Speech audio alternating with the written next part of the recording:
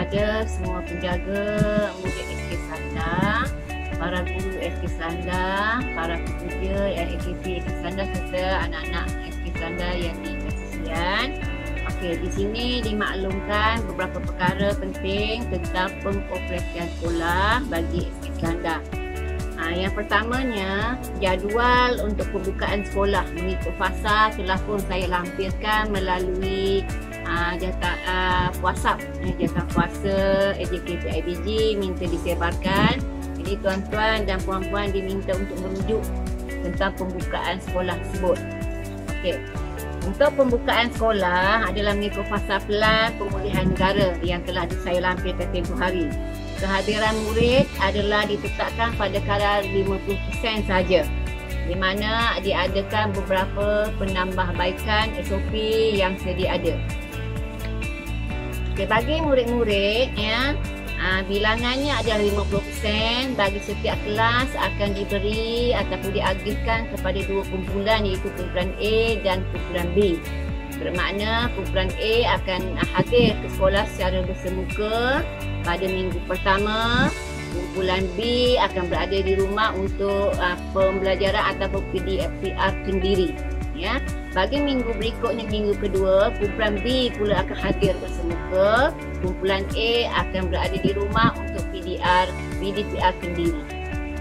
Untuk makluman tuan-tuan dan puan-puan, seandainya murid-murid kita ataupun anak-anak kita bersemuka nanti, mereka akan masuk melalui pintu pagar utama, di mana ada laluan yang telah disediakan oleh pihak sekolah. Ya, kalau anak-anak lihat, ada jalur anak panah yang berwarna kuning bermakna laluan masuk. Jalur anak panah yang berwarna merah itu adalah laluan keluar. Jadi murid-murid perlu ikuti dengan berhemah. Ya. Kemudian kedua-dua jalur ini telah dipisahkan dengan jalur warna putih. Tentang kehadiran 50% murid-murid ke sekolah secara bersemuka nanti, di mana saya nyatakan tadi ada diberikan dua kumpulan A dan kumpulan B. Contohnya, satu kelas itu satu kelas ada 36 orang murid. Bermakna kumpulan A adalah 18, kumpulan B adalah 18 orang. Agihan kumpulan ini akan diberi oleh guru kelas melalui WhatsApp ataupun grup kelas masing-masing. Mana yang saya nyatakan tadi, kumpulan murid-murid ini akan diberi kepada dua kumpulan A dan kumpulan B untuk hadir secara bersemuka. Ya. Untuk contohnya, minggu pertama kumpulan A akan hadir, kumpulan B akan PDPR secara kendiri di rumah. Untuk minggu kedua, kumpulan B akan hadir bersemuka, kumpulan A pula akan PDPR secara kendiri. Masuk pembelajaran kendiri, PDPR kendiri ini ialah murid-murid akan dibekalkan modul ataupun pembelajaran kepada oleh guru-guru dan murid-murid akan belajar sendiri di rumah. Ya, okey. Untuk perubahan fasa, jika sesebuah negeri beralih ke fasa seterusnya, ya, maka pengoperasian sekolah akan dimulakan 2 minggu selepas tarikh peralihan fasa tersebut. Okey. Untuk sesi sekolahan, sekarang kita berada di bulan Oktober, akan berlarutan sehingga November dan Disember. Ya, kemudian kita akan bercuti pada 11 hingga 31 Disember merupakan cuti akhir tahun. Untuk Januari, Februari dan Mac, kita akan lanjutkan sesi persekolahan kita bagi tahun 2021. Okey, mulai April kita akan masuk untuk sesi 2020.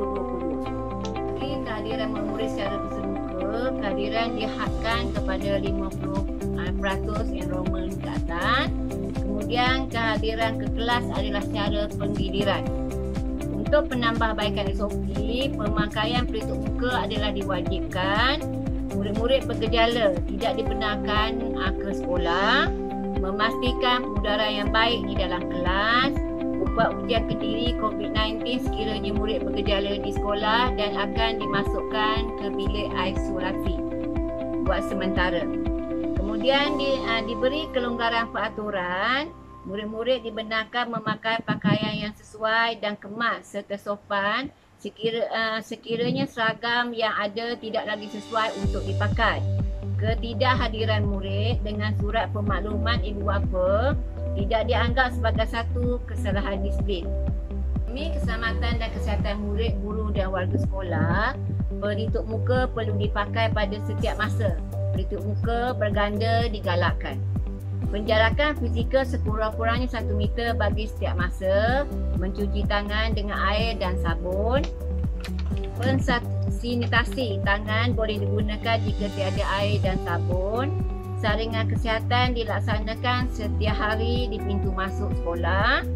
Di suhu 37.5 darjah Celsius dan bergejala tidak dibenarkan masuk. Kawasan sekolah sentiasa bersih dan selamat untuk digunakan. Disanitasi dengan kerap. Penggunaan pelindung muka adalah digalakkan. Bagi pengoperasian kantin, semua pekerja kantin perlu mendapat vaksin lengkap, iaitu 2 vaksin, 2 dos. Kemudian mematuhi SOP yang dikeluarkan oleh MKN dari masa ke semasa. Murid dan pelajar makan dan minum di dalam kelas di bawah seleaan guru-guru mereka. Tekan tanggungjawab bagi murid. Yang pertama, hadir bergila-gila secara mingguan dan mengikut jadual waktu yang disediakan pihak sekolah. Mendapatkan bahan-bahan tugasan dan penjelasan daripada guru. Merancang masa belajar untuk menyelesaikan tugasan yang diberikan oleh guru. Membuat persediaan untuk sesi PDPC di sekolah pada minggu-minggu berikutnya. Tanggungjawab ibu bapa ataupun penjaga. Memastikan anak-anak jagaan hadir ke sekolah mengikut jadual penggiliran yang disediakan oleh pihak sekolah. Memastikan anak-anak jagaan melaksanakan tugasan aktiviti PDPR secara sendiri yang disediakan oleh guru. Membantu anak-anak jagaan mendapat maklumat berkaitan dengan sesi PDPR. Berkomunikasi dengan guru dari masa ke semasa untuk mendapatkan maklumat pembelajaran anak-anak. Menyokong pembelajaran anak-anak jagaan dengan memberi bimbingan dan motivasi. Seterusnya, memberi kerjasama yang berterusan terhadap aktiviti yang dilaksanakan oleh pihak sekolah.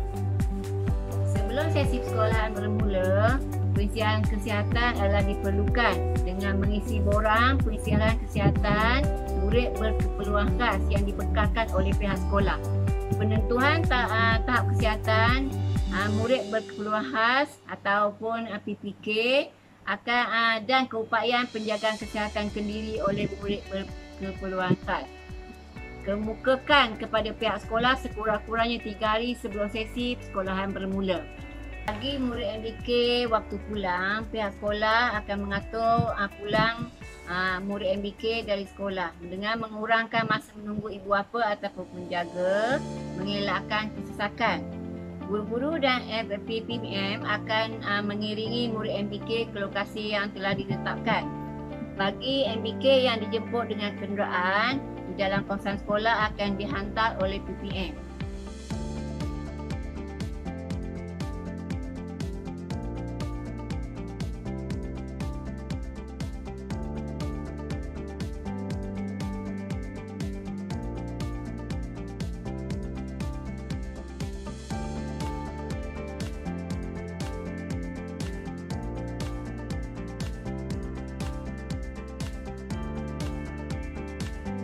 Kawasan ini merupakan pintu masuk pagar utama bagi SK Selanda, di mana ibu bapa akan menurunkan anak-anak mereka di depan pagar ini dan murid akan terus masuk melalui laluan yang telah disediakan.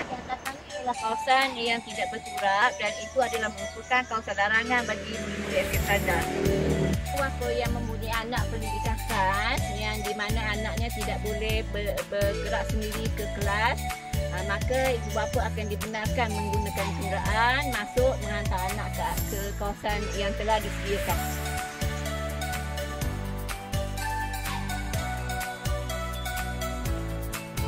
Kawasan ini merupakan kawasan pembinaan tangki air dan juga jana kuasa elektrik di mana ia berhadapan dengan Pondok Jaga dan juga berhadapan juga dengan Blok A SK Selanda. Kawasan ini adalah merupakan kawasan larangan bagi semua warga SK Selanda, terutama murid-murid. Ini adalah kawasan di mana sekolah telah menunjukkan bahawa adalah kawasan bank ataupun bank makanan. di mana murid-murid yang layak telah dikenal pasti oleh guru-guru untuk menerima sumbangan makanan tersebut. Sekolah sedang melaksanakan GDPR maka satu inisiatif dijalankan oleh pihak sekolah dengan menyediakan laci dan kotak-kotak di mana modul-modul akan dimasukkan ke dalam kotak tersebut dan diambil oleh ibu bapa ataupun murid-murid SD rendah. Dalam kotak-kotak ini, modul-modulnya akan dimasukkan oleh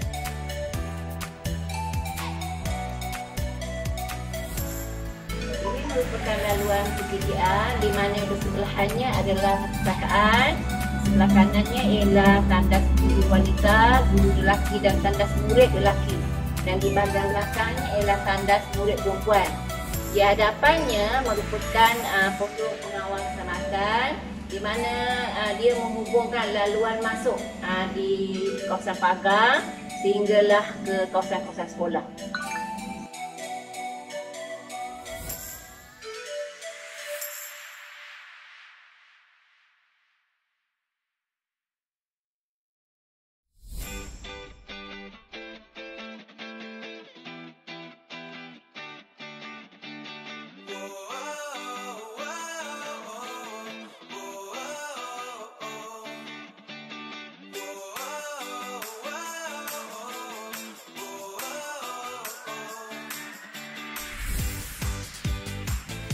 Ini adalah bilik bersorak bagi guru SD Serandang di mana ia bersambung dengan perpustakaan di hadapannya dan di belakangnya ialah kantin sekolah.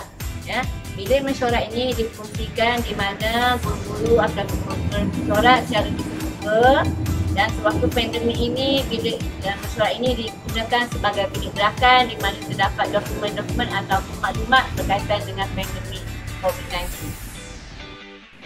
Kantin kasih bagi murid-murid, guru-guru serta pekerja sekolah. Kantin ini berfungsi seperti biasa di mana murid-murid akan membawa makanan. Guru-guru juga, guru-guru akan makan di lokasi ataupun di tempat masing-masing.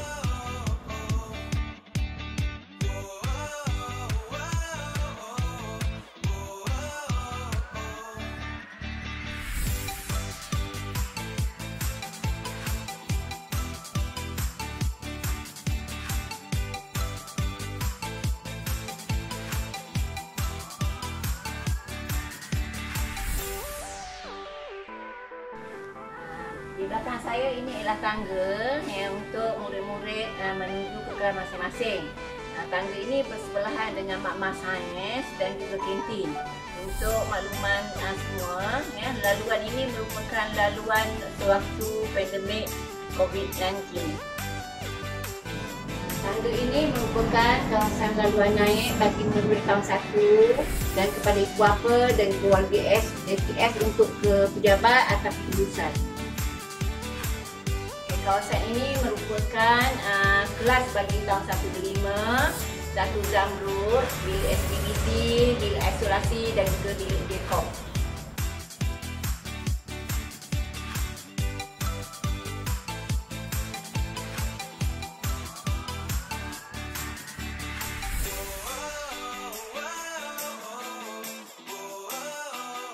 Pertama diperkenalkan di belakang saya ini ialah tangga pejabat di mana pengurusan pejabat bermula di sini.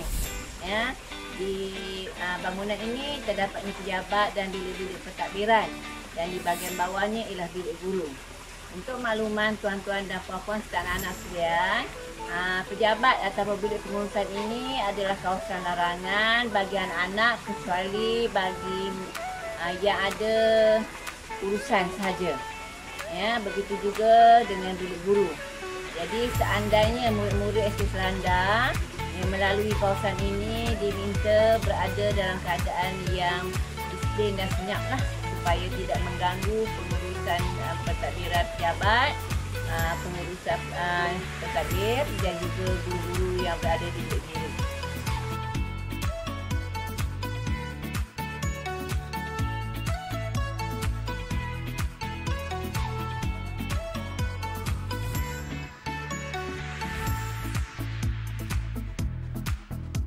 Ini merupakan laluan susu gajah bagi warga SKS, khasnya murid-murid untuk masuk ke kelas masing-masing dan juga untuk waktu balik ataupun pulang daripada kelas masing-masing. Merupakan satu kawasan yang asalnya adalah dataran perhimpunan, tetapi waktu pandemik ini dia tidak difungsikan lah ya. Jadi untuk waktu pandemik ini kawasan dataran ini digunakan untuk parking guru-guru. Untuk maklumat anak SK Selanda, kawasan ini adalah dilarang bagi murid-murid untuk mengelakkan kejadian yang tidak diingini kerana banyak kenderaan guru-guru yang terdapat di sini. Kawasan ini merupakan kawasan untuk penghantaran murid-murid, khasnya bagi murid PPKI, pendidikan khas. Jadi para ibu bapa yang dibenarkan menghantar menggunakan kenderaan boleh tinggal di sini dan anak-anak boleh terus naik ke kelas.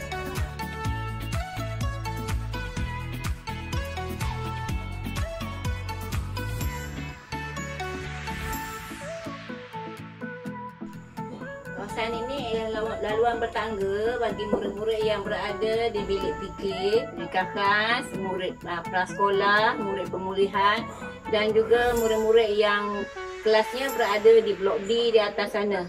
Begitu juga laluan ini digunakan untuk kemamah komputer.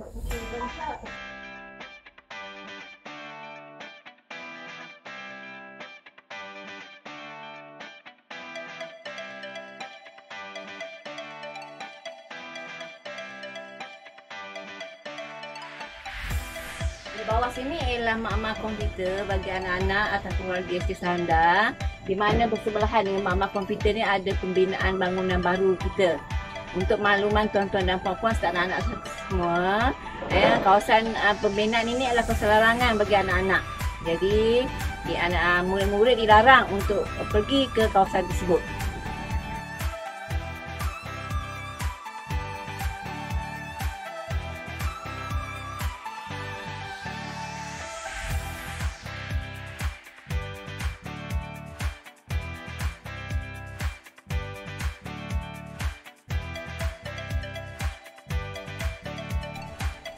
Ini merupakan blok D di mana terdapat dua tingkat. Yang pertama, tingkat bawahnya terdiri daripada kelas-kelas tahun 3 dan tahun 4. Dan juga terdapat tandas guru wanita, guru lelaki dan tandas murid lelaki.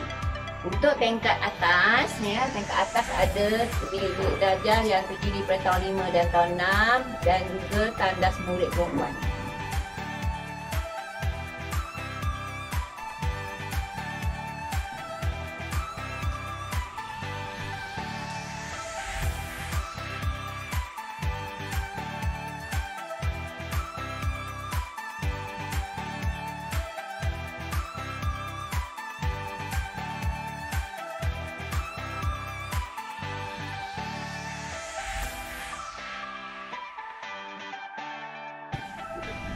Ini merupakan kawasan pintu masuk utama pejabat dan bilik-bilik pentadbiran.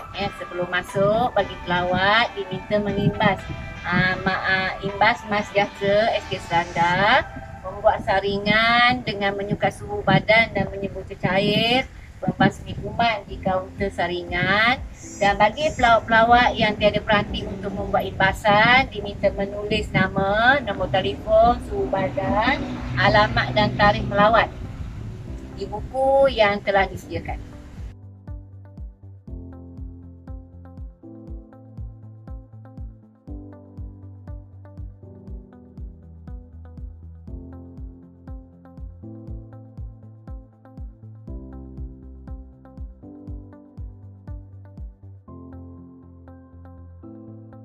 Dengan ini saya sebagai guru besar SK Selanda sangat besar harapanlah supaya bagi murid-murid yang akan hadir secara bersemuka dapat mengikuti SOP yang telah disediakan oleh pihak sekolah, dan bagi ibu bapa, pihak sekolah ingin mohon kerjasama yang baik daripada ibu bapa untuk memastikan semua warga SK Selanda akan berada dalam keadaan yang sihat walafiat.